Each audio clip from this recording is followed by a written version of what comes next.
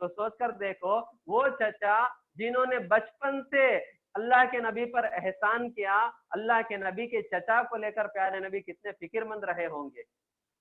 حضرت ابو طالب، حضرت علی اور حضرت جعفر رضوان اللہ تعالی علیہ مجمعین کے والد محترم حضرت ابو طالب، جن کا احسان پیارے نبی پر بہت زیادہ تھا۔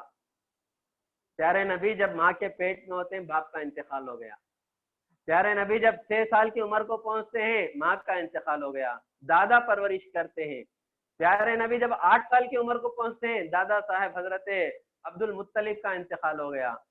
ایسے میں حضرت ابو طالب ہی تھے جنہوں نے اللہ کے نبی کی پرورش کی، اپنے بچوں سے زیادہ حضرت اللہ کے نبی محمد صلی اللہ علیہ وسلم کو پیار دیا۔ عام طور پر کیا کرتے ہیں لوگ، یتیم بچوں کو، بہن کے بچے، بھائی کے بچے، رشتہ دار کے بچے یتیموں کو گھر میں بھی لاتے ہیں تو ان کو وہ پیار نہیں دیتے جو یہ لوگ اپنے بچوں کو پیار دیتے ہیں۔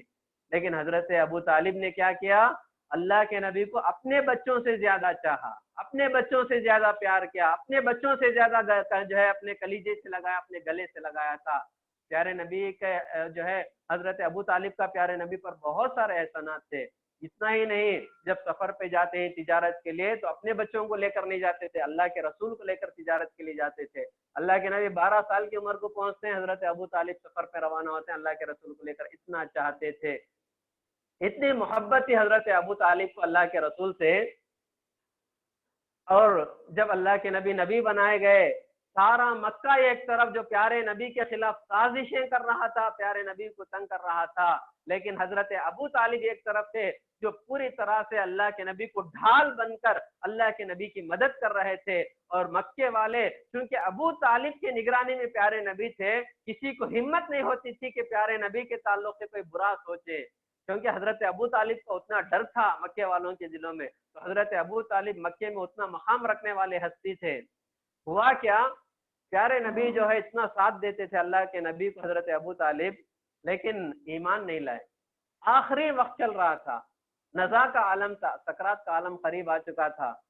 اللہ کے نبی حضرت ابو طالب کے سر کے پاس بیٹھ کر رو رہے ہیں، گڑ گڑا رہے ہیں، اے چچا جان ایک مرتبہ لا الہ الا اللہ محمد رسول اللہ کہہ دیجئے، اللہ کے پاس میں سفارش کرتا ہوں جنت میں اونچا مقام مل جائے گا، ایک مرتبہ لا الہ الا اللہ کہہ دیجئے۔ لیکن ہوا کیا، اس آخری وقت میں جہاں اللہ کے نبی حضرت ابو طالب کے سر کے پاس بیٹھے ہوئے ہیں، آگے سامنے آزو بازو کون کھڑے ہیں، ابو جہل، ابو لہب، عتبہ، شیبہ، بڑے بڑے جو مکے کے سردار تھے، جو حضرت ابو طالب کے اللہ کے نبی کے خاندان کے لوگ تھے، اطراف میں گھیر کر کھڑے ہوئے ہیں۔ جب اللہ کے نبی ان کو اصرار کرتے ہیں تو یہ کافر جو سردار تھے وہ کہتے ہیں، اے ابو طالب تھوڑا سوچ کر دیکھو، اگر تم مرتے وقت تمہارے بھتیجے کے کلمہ ایمان قبول کر کے مسلمان ہو کے مر جاؤ گے، تمہارے مرنے کے بعد دنیا کیا بولے گی؟ جیسا آج دنیا میں لوگ یہی کہتے ہیں، دنیا والے کیا بولیں گے، دنیا والے کیا بولیں گے، اس کے لیے اپنی زندگی لوگ برباد کرتے ہیں۔ تو جو ہے ابو طالب نے سوچا، ابو طالب نے کہا، ان کو خاندانی عصبیت یاد آ گئی، انہوں نے کہا کہ بھتیجے میں کفر کی حالت میں اپنے باپ دادا کے دین پر مر جاتا ہوں، کیونکہ کل کو یہ بات نہ آئے کہ ابو طالب جو ہے موت کے ڈر سے کلمہ پڑھ لیا، تو اسی حالت میں ان کا انتقال ہو جاتا ہے کفر کی حالت میں۔ اللہ کے نبی بڑے پریشان ہوتے، بڑا غمزدہ ہوتے، اللہ کے نبی کو بڑی تکلیف ہوتی ہے کہ دنیا والے مسلمان ہو رہے ہیں، وہ سگا چچا جو ہر حال میں پیارے نبی کا ساتھ دے رہا تھا وہ چچا ایمان نہیں لائے۔ اللہ کے نبی بڑا غمگین ہوتے ہیں، رنجیدہ ہوتے ہیں۔ اللہ تعالیٰ نے آیت نازل کی پیارے نبی کے تسلی کے لیے، انک لا تہدی من احببت ولکن اللہ یہدی من یشاء، اے محمد جسے آپ چاہتے ہیں ہدایت نہیں دے سکتے، آپ کا کام پہنچانا ہے، دعوت دینا ہے، تبلیغ کرنا ہی آپ کا کام ہے، ہدایت دینا اللہ کے ہاتھ میں ہے۔ آپ افسوس کرنے کی ضرورت نہیں، غمزدہ ہونے کی ضرورت نہیں ہے۔ اللہ تعالیٰ جس کے حق میں ہدایت مناسب سمجھتا ہے اسی کو ہدایت دیتا ہے۔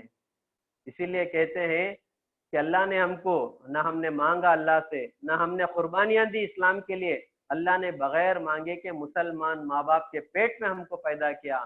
اگر کافروں کے گھر میں پیدا ہوتے تو سوچ کر دیکھو اللہ حفاظت کرنا، کس مندر کی دہلیز پر ہم اپنے گھٹنے ٹیکے ہوئے ہوتے ہیں،